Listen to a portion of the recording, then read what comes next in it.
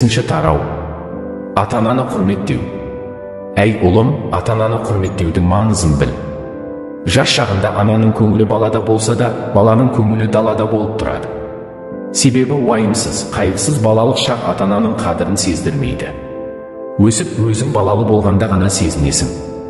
Ағайынның қадірін жалалы болғанда білерсің, ата-ананың қадірін балалы болғанда білерсің деген.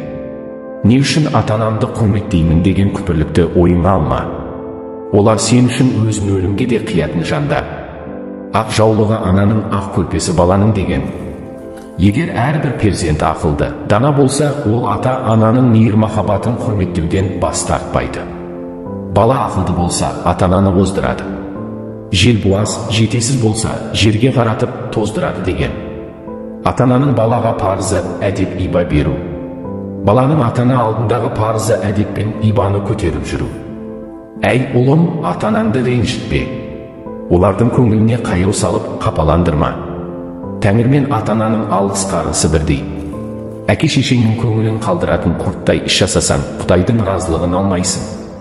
Пейіштің кілті ананың табанының астында деп бекер айтпайды.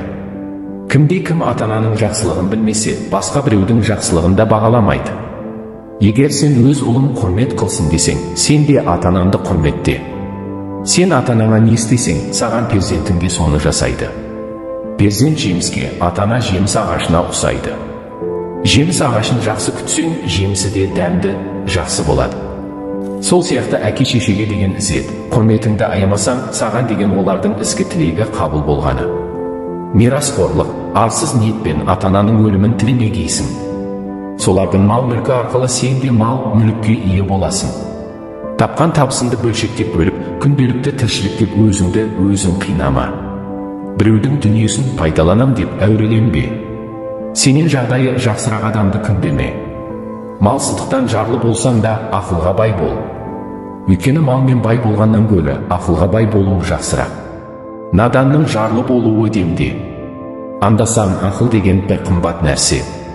Отқа жанбайды, суға ақпайды, қарақшы да ұрлап әкете алмайды. Егер ақылың болса, өнер үйрен. Өнерсіз ақыл киімсіз дене. Білім ақылдың ажар көркі деп босқа айтылмаған.